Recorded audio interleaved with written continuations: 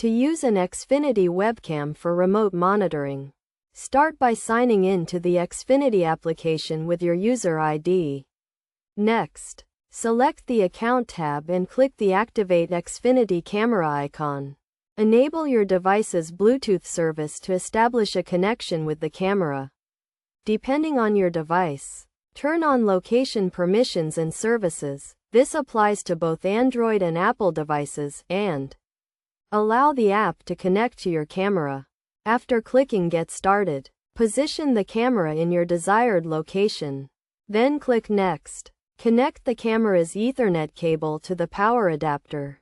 Plug the adapter into a power source, and click Next. Power on the camera. Then hold your device near the adapter to establish a connection.